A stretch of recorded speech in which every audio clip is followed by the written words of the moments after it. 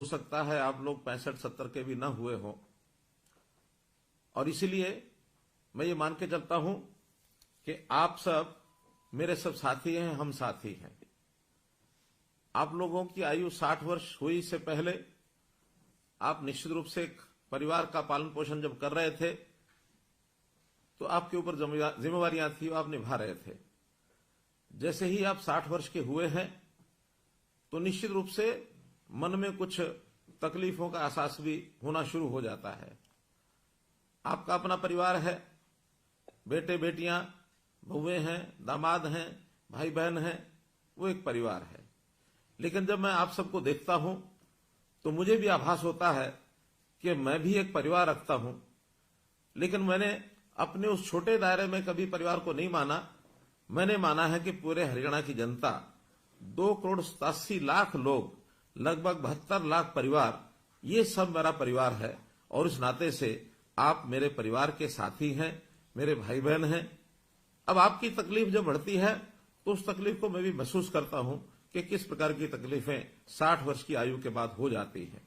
इन तकलीफों को दूर करने के लिए हमने एक प्रोग्राम तो बहुत शुरू किए हैं, परिवार के नाते भी, व्यक्ति के नाते भी। साथ ही एक बात जो हमको सबको स्मरण है कि कुछ वर्ष पहले हरियाणा के अंदर ऐसे परिवारों के लिए, ऐसे व्यक्तियों के लिए जिनकी आयु 60 वर्ष से ऊपर हो जाती है, उनको एक सम्मान निधि के नाते भी योजना शुरू की थी। और वो योजना शायद 100 रुपए के आसपास से शुरू हुई थी। समय बढ़ते बढ़ते उसमें बढ़ोतरी हुई और मुझे ध्यान है कि जब 2014 में हम लोगों ने सरकार संभाली तो उस समय ये पेंशन 1,000 रुपये मासिक थी। हमें लगा कि इसमें बहुत कमी है, इसको बढ़ाना चाहिए। लगातार हर वर्ष 200 रुपए, 250 रुपए, 200 रुपए, इस नाते से बढ़ाते बढ़ाते, और अभी 1 अप्रैल अगला जो 2023 का महीना शुरू होने वाला है, उस समय ये हमारी जो पेंशन है, जो सम्मान निधि है, ये 2,750 रुपए हो जाएगी। कहां 1,000 रुपया, कहां 2,750 रुपया। अब इस नाते से हम अपने प्रदेश के लगभग 18.5 लाख बुजुर्गों को ये हर महीने राशि पहुंचाते हैं। 460 करोड़ रुपए से ऊपर ये राशि हर महीने पहुंचती है। जब ये क्रम चलता हुआ हमने वर्षों तक देखा, एक बात और ध्यान में आई कि ऐसे सब बुजुर्गों को अपनी जब 60 वर्ष होने के बाद नई पेंशन बनानी पड़ती है तो उनको दफ्तरों के चक्कर काटने पड़ते हैं, दरखास्त लेकर के अपनी दस्तावेजों की फाइल बनानी पड़ती है, और फिर धक्के खा खा करके भी उनकी महीनों वर्षों तक पेंशन ही नहीं बनती है। कभी उनका सिफारिशी कोई नहीं मिलता उनको। बहुत से लोग बीच में एजेंट खड़े हो जाते हैं। उस नाते से एक तकलीफें, एक धक्के जो खाने पड़ते थे, ये एहसास जब हमको हुआ तो हमें लगा कि ये बहुत ही एक अन्यायपूर्ण एक व्यवस्था है, इसको बदलना चाहिए। हमने इसमें बदल करके जब परिवार पहचान पत्र बनाया और हर परिवार का डाटा ये हमारे पास आ गया, तो उस परिवार के डाटा के अंतर्गत हमको पता लगा कि कितने ऐसे व्यक्ति हैं जो कब 60 वर्ष के होने वाले हैं, आयु के हिसाब से उसकी जानकारी हमें तुरंत मिलने लग गई। अब 2 ही कंडीशन है किसी भी बुजुर्ग की वो पेंशन शुरू हो, या तो व्यक्ति 60 वर्ष का हो गया है, और या फिर जो 60 वर्ष का हुआ है वो दोनों पति पत्नी की आय ये 2 लाख रुपए से कम होनी चाहिए। जब ये 2 लाख रुपए की बात आई तभी भी ध्यान में आया कि यार 2 लाख रुपए कम नहीं है, हमें लगा 2 लाख रुपया ये कम है। तो इस अगले महीने से हमने इस आय को भी बढ़ा करके 2 से 3 लाख रुपया कर दिया है, और इस 3 लाख के करने के बाद बहुत से लोग इसमें नए और जुड़ गए हैं। तब ये भी व्यवस्था बनाई कि जिस महीने में 60 वर्ष का व्यक्ति हो जाए उसको तुरंत अगले महीने से अपने आप पेंशन शुरू हो जाए। मात्र एक कागज पर आपको साइन करना होगा। कोई भी सरकारी कर्मचारी आपके यहां आपकी सहमति लेगा, क्योंकि सहमति लेनी भी आवश्यक है। बहुत लोगों ने ऐसे भी जो हमको मिले हैं जिन्होंने कहा था शुरू में जब व्यवस्था शुरू हुई कि हमको तो पेंशन की जरूरत नहीं है, इसलिए हम कहेंगे तो ही तो पेंशन देनी होगी।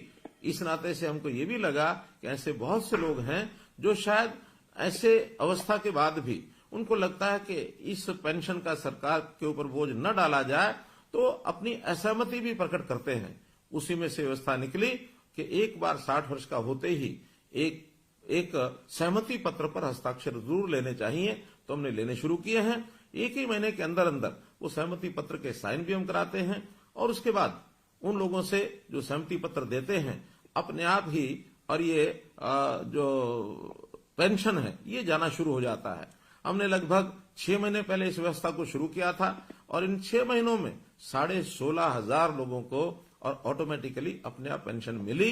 तो ऐसे जो 16,500 लोग हैं, आज मैं उन सब 16,500 लोगों से उनके साथ टेलीफोन का संपर्क करके और ये बातचीत कर रहा हूं। निश्चित रूप से आपके मैं अनुभव भी बाद में सुनना चाहूंगा कि इस ऑटोमेटिक पेंशन बनने में कहीं आपको कोई कठिनाई तो नहीं आई है। मेरा पूरा विश्वास है कि ये कठिनाई नहीं आई होगी। अगर कोई आई भी होगी तो इसको हम तुरंत जो है दुरुस्त भी करेंगे, ठीक भी करेंगे। अब ये तो ऑटोमेटिक पेंशन बनने की बात है, लेकिन हम लोगों ने इस पेंशन को जो पहले से बनी हुई है उसमें भी लगभग 18.5 लाख परिवार जो मैंने बताए हैं उनको हम ये पेंशन दे रहे हैं।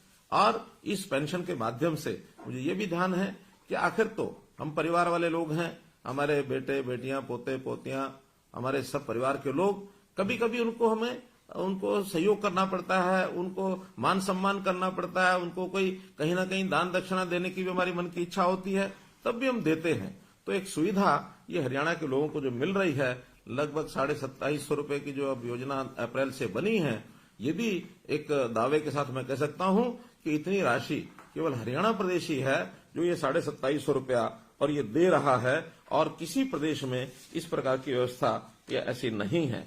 तो मित्रों, भाइयों बहनों, मैं तो आपको आज यही कहूंगा कि हम लोग जो ये एक लाभ सरकार से ले रहे हैं, तो इस लाभ के बदले में हम लोगों को, क्योंकि हमारी आयु भी 60 वर्ष ही हुई है, तो 60 वर्ष होने के बाद आखिर व्यक्ति का शरीर स्वस्थ रहता है, काम करने योग्य रहता है, तो हमें अपने इस आयु के पड़ाव में आकर के अपने काम के साथ साथ सामाजिक कामों में भी जाना चाहिए।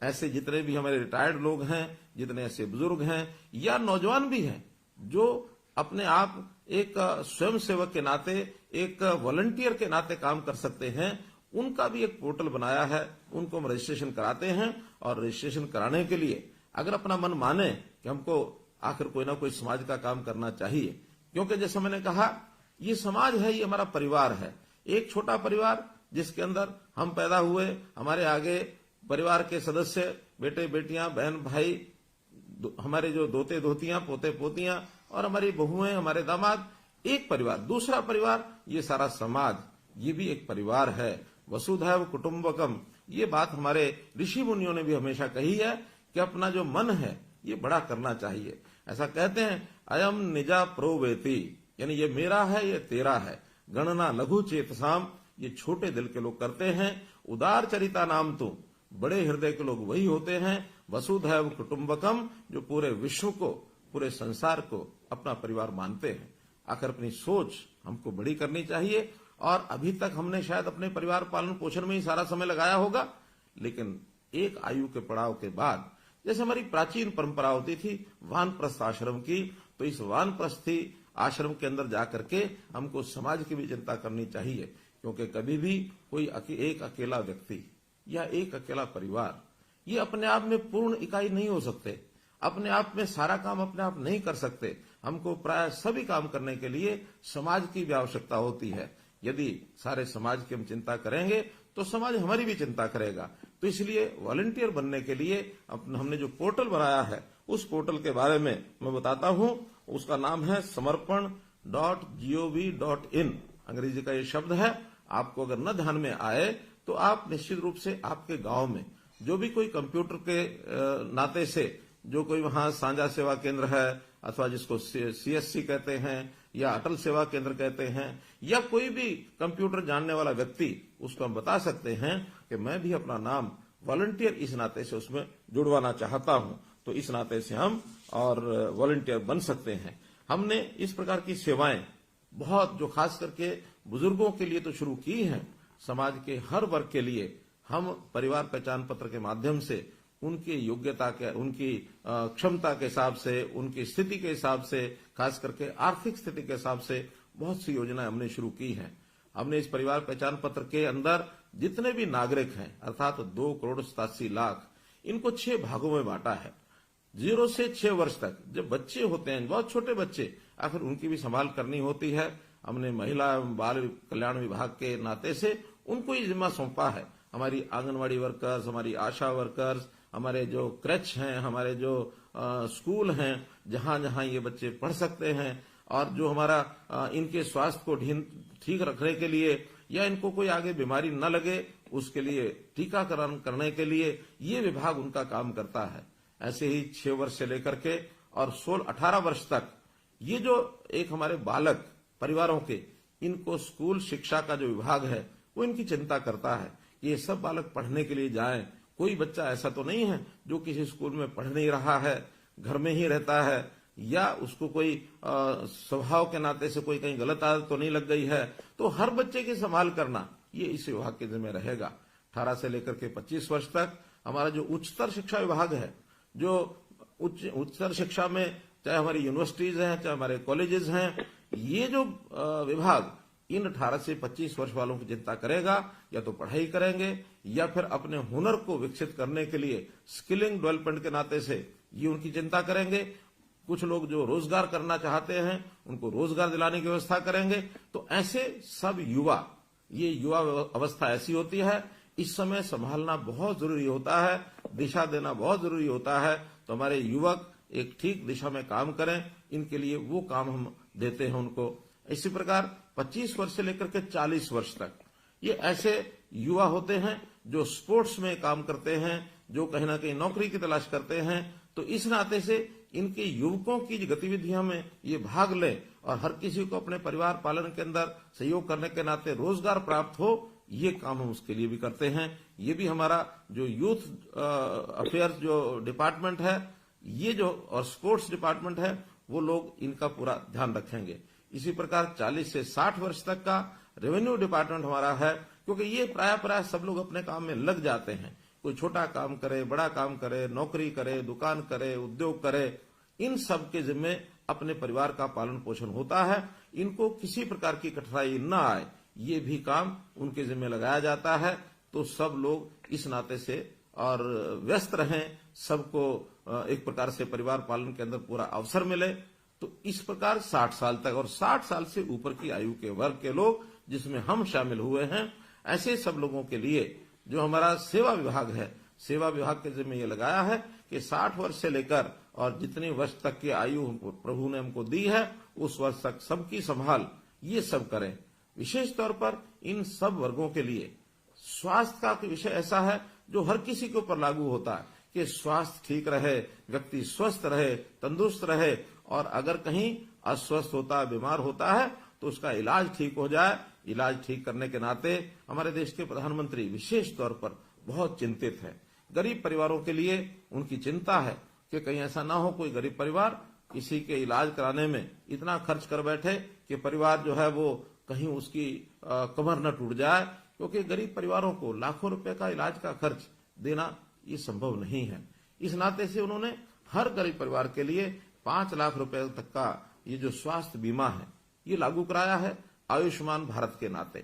जब हमें ध्यान में आया कि केंद्र की स्कीम में तो हरियाणा के 15.5 लाख परिवार कवर हो रहे हैं, हमने उसमें अपनी एक योजना बनाई, चिरायु योजना, ताकि 1,80,000 रुपए तक की आय के जो परिवार हैं उन सबको इसका लाभ मिले। और इसमें 29 लाख से भी ज्यादा परिवार इसमें कवर हो रहे हैं। अब हमको ध्यान में आया आखिर 1,80 भी बहुत आय ऐसी है जिसमें शायद इससे ऊपर के लोगों को भी कठिनाई आएगी। तो इस वर्ष के बजट में हमने इस आय को बढ़ा करके 3 लाख रुपया प्रति परिवार ये आय रख करके और थोड़े से पैसे लेकर, थोड़े पैसे यानी 125 रुपया महीना अर्थात 1500 रुपया साल, इतना पैसा लेकर के भी उनकी जो स्वास्थ्य बीमा योजना उनको भी इसको ऑफर किया है ताकि वो इसको ले सके और परिवार के इस खर्च को बचा सके। अब ऐसे ही हमारे जो बुजुर्गों की स्थिति है, बुजुर्गों में एक वर्ग ऐसा है मित्रों जिनकी आयु 80 वर्ष से भी ऊपर हो गई है। तो इस 80 वर्ष से ऊपर के आयु के जो लोग हैं उनकी विशेष चिंता हमको करनी होती है। तो हमने अपने जितने भी वॉलंटियर्स हैं इनके जिम्मे ये लगाया है। वॉलंटियर्स वो जनता में से भी आते हैं और हमारे सरकारी कर्मचारी वो भी वॉलंटियर्स बन सकते हैं। हजारों की संख्या में ऐसे सरकारी कर्मचारी वॉलंटियर बने हैं। बल्कि मैं अपील करता हूं कि आप भी उनको ये कहें, जो हमारे सरकारी कर्मचारी आपके परिवारों के लोग हैं उनको कहें कि वॉलंटियर बनकर के ऐसे बुजुर्ग जिनकी आयु 80 साल से ऊपर हो गई है इनकी देखभाल करने के लिए कम से कम और कुछ ना करें महीने में एक बार जाकर उनका हालचाल पूछें। कोई अस्वस्थ है, कहीं किसी की परिवार के अंदर स्थिति ऐसी तो नहीं है कि परिवार में कोई देखभाल नहीं करता है, कोई अकेला तो नहीं रहता है, उसके कुशल क्षेम, उसकी बीमारी, उसका खान पान, उसको आवश्यकताएं जितनी होती हैं उसकी पूरी हो रही हैं कि नहीं हो रही हैं। क्योंकि ये भी लगभग 2.25 लाख परिवार ऐसे हैं, लोग ऐसे हैं जो 80 वर्ष से ऊपर हैं। तो इन 2.25 लाख लोगों की भी चिंता हमको करनी चाहिए। ये हमारे बुजुर्ग हैं और बुजुर्ग हमारे माता पिता के बराबर होते हैं, तो हम अपने माता पिता के बराबर बुजुर्ग 80 साल, 90 साल, 100 साल से भी ऊपर की आयु के लोग लगभग 3,500 लोग आज ऐसे हैं जिनकी आयु 100 वर्ष से भी ऊपर है। तो एक बहुत बड़ा ऐसा वर्ग है जिन्होंने सारा जीवन, चाहे अपने परिवार को पालते हुए भी जो सेवा की है समाज की, एक बहुत बड़ी सेवा है। तो हम आज उन बुजुर्गों को जरूर देखभाल करें। सरकार ने एक योजना बनाई है ऐसे बुजुर्ग जो अकेले रहते हैं, क्योंकि ये भी एक बड़ी संख्या है जो आज ध्यान में आता है कि 80 साल से ऊपर की उम्र है और अकेले रहते हैं। ये संख्या भी कम नहीं है। ये संख्या लगभग जो मेरी जानकारी है, ये लगभग 28,000 लोग ऐसे हैं जो अकेले रहते हैं और जिनकी आय वो लगभग 1,80,000 रुपए तक है। तो इनकी भी चिंता हमको सबको करनी है। तो ऐसे परिवारों को जो अकेले अकेले हैं, उनका बहुत मुश्किल है उनको अपने जीवन यापन करना, उनको परिवार की सहायता नहीं मिल रही है, या कई बार पारिवारिक छोटे मोटे विवाद होते हैं, उसके कारण से माता पिता को कई बार बच्चे भी दूर कर देते हैं, जो एक बहुत अच्छी बात नहीं है। बहुत इसको हमको संभालने की आवश्यकता है कि जिस परिवार को पाला पोसा बुजुर्ग ने, वो बच्चे उन परिवारों बुजुर्गों की जरूर उसकी देखभाल रखें, उनकी चिंता करें। आखिर उन्होंने आज तक हमको पाला है, आज जरूरत उनकी आवश्यकता है उनको सहायता करने की, तो हम सहायता करेंगे। एक वर्ग ऐसा हमको ध्यान में आया कि आयु भी 80 वर्ष से ऊपर है, अकेले रहते हैं और उनकी अपनी इनकम हमारे डाटा के हिसाब से 25,000 रुपए से कम है। ऐसे भी 3600 लोग हैं। अब ये 3600 लोगों की हालत क्या होती होगी? जब हमने इसका विचार किया तो हमने घोषणा की है कि अभी अप्रैल से इन सब लोगों के लिए जो वृद्ध आश्रय स्थल, सेवाश्रम, वरिष्ठ नागरिक सेवा आश्रम, इन सेवाश्रमों में उनको हम कहेंगे कि जाकर के वो वहां रहें, ताकि उनकी अपनी व्यक्तिगत कोई भी आवश्यकता है, चाहे वो बीमारी की है, चाहे उनके रहन सहन की, खाने पीने की, चाहे रहने के स्थान की, चाहे कपड़ों की, कोई भी आवश्यकता वो उनकी हम पूरी करेंगे। और ये सरकार की व्यवस्था में सब रहें, ताकि अगर वो सहमत होंगे उन सब को हम इन सेवा आश्रमों में रखेंगे। तो इस प्रकार मेरा तो आप लोगों से यही है कि हम लोग इन सब चीजों को समझते हुए, हम सामाजिक प्राणी हैं, तो समाज के नाते से हम लोग इन विषयों के ऊपर आगे बढ़ें। एक विषय जरूर मैं ध्यान कराना चाहूंगा कि बहुत लोग ऐसे भी हैं छोटे मोटे लालच के कारण से, कई बार तो वो परिवार के अंदर रहते हैं, फिर भी उनको लगता है शायद अलग फैमिली, अलग परिवार, इसका रजिस्ट्रेशन कराएंगे तो कोई लाभ हो सकता है, और उस छोटे लाभ के कारण से वो अपना रजिस्ट्रेशन अलग से करा लेते हैं। अब बड़ी हैरानी की बात है कि हमारे यहाँ अलग सिंगल फैमिली मेंबर जो परिवार जो ऐसे गिने हैं, वो लगभग 28,000, जैसे मैंने बताया है, ये 28,000 लोग 80 वर्ष से ऊपर के हैं जिन्होंने सिंगल फैमिली मेंबर अपने को कराया है। और जो सब मेंबर्स को लगा लिया जाए, यानी सिंगल मेंबर फैमिली आयु का ध्यान न रखे, तो ये लगभग 2.5 लाख से भी ऊपर हैं। तो इन सब लोगों को भी जरूर ध्यान करना चाहिए कि अगर हम सिंगल मेंबर फैमिली हैं, हमारी कोई और सहायता नहीं करता, हम अकेले रहते हैं किन्हीं भी कारणों से, तब तो ठीक है। अन्यथा परिवार में रहते हुए सिंगल मेंबर फैमिली इसका रजिस्ट्रेशन न कराएं, क्योंकि इनकी सबकी जांच तो होती ही है। आखिर कोई भी काम बिना जांच के वो आगे बढ़ने वाला नहीं है, इसलिए उस जांच करके ही हम चीजों को आगे बढ़ाएंगे। और कहीं ऐसा न हो कि आज अपने आप को आपने सिंगल मेंबर फैमिली रजिस्टर कराया है और कल को जांच में बात सत्य न पाई जाए, हमारा मेंबरशिप परिवार की वो समाप्त होकर के हमको वापस उसी मेंबर में जाना पड़े। ये कोई अच्छी बात नहीं है।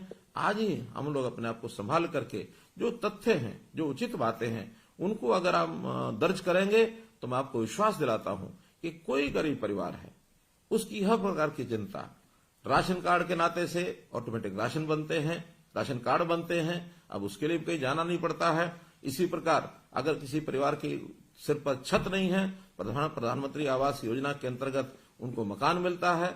कोई व्यक्ति बीमार होता है तो उसको आयुष्मान के नाते या चिरायु योजना के नाते 5 लाख रुपए तक उसकी बीमा की भी चिंता हम करते हैं, उनके बच्चों की पढ़ाई की भी हम चिंता करते हैं, और तो और कोई व्यक्ति आगे चल करके भी बीमार न हो, उनकी स्वास्थ्य की जांच करने के लिए भी हमने एक योजना बनाई है, निरोगी योजना। अर्थात इसमें भी हर वर्ष या 2 वर्ष में कम से कम हर बार एक व्यक्ति का एक बार उसका स्वास्थ्य जांच जरूर हो, इसके लिए भी निरोगी योजना बनाई गई है। हमारे जितने भी सीएचसीज हैं, पीएचसीज हैं, हॉस्पिटल्स हैं, और अब तो हम इस काम में प्राइवेट जो अस्पताल हैं उनकी व्यवस्था भी कर रहे हैं, ईएसआई अस्पताल उनकी व्यवस्था को भी इसमें जोड़ा गया है, ताकि हर व्यक्ति का 25 तरह के जो टेस्ट हैं 2 साल में एक बार उसका जरूर हो जाए। अगर कोई छोटी बड़ी बीमारी मानो शरीर में पड़ी है, हमको पता ही नहीं लगता है, कहीं आगे चल करके वो भयंकर रूप ले, इससे पहले ही संभल जाए, और संभल करके उसकी छोटे मोटे की इलाज की जो बातें हैं उसको हम और अभी से कर पाए, व्यक्ति बीमार न हो, इसके लिए भी हमने जो है आयुष विभाग को सक्रिय किया है, ताकि हमारा रहन सहन, खान पान, हमारा शारीरिक व्यायाम, खेलकूद, इसकी ओर भी हमारे लोग जो हैं वो आगे बढ़ें, ताकि आखिर तो बीमार ही क्यों हो, बीमार न हो, इसके बहुत लाभ हैं। बीमार होने के बाद इलाज तो कराने के लिए खर्च होगा ही होगा, हमारा समय बर्बाद होगा, हम काम करने से भी गए। मानो अगर 1 महीना इलाज के लिए हमको लगाना पड़ता है, तो 1 महीना आखिर काम का जो नुकसान है, हमारा अपना भी नुकसान है, परिवार का भी है, देश का भी है। इसलिए स्वस्थ रहें, अस्वस्थ न हो, इस पर भी हम पूरी योजनाएं बना रहे हैं। तो मित्रों, आज जो है इस नाते से मैंने उन्हीं बंधुओं से बातचीत की है जिन लोगों की पेंशन की नई योजना बनाई हमने, ओल्ड एज पेंशन, वृद्ध अवस्था पेंशन, इसके नाते जिनको ऑटोमेटिकली